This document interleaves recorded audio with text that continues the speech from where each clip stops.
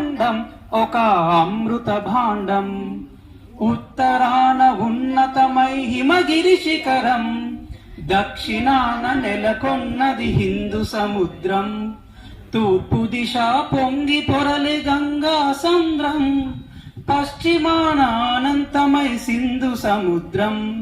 భారతదేశం మన జన్మ ప్రదేశం, భారత ఖండం ఒక అమృత భాండం. ఒకే జాతి సంస్కృతి ఒకటున్న ప్రదేశం, రత్నగర్భ పేరుగన్న భారతదేశం. ధీర పుణ్య చరితలున్న ఆలయ శిఖరం, సత్యధర్మ శాంతులున్న ప్రేమ కుటీరం.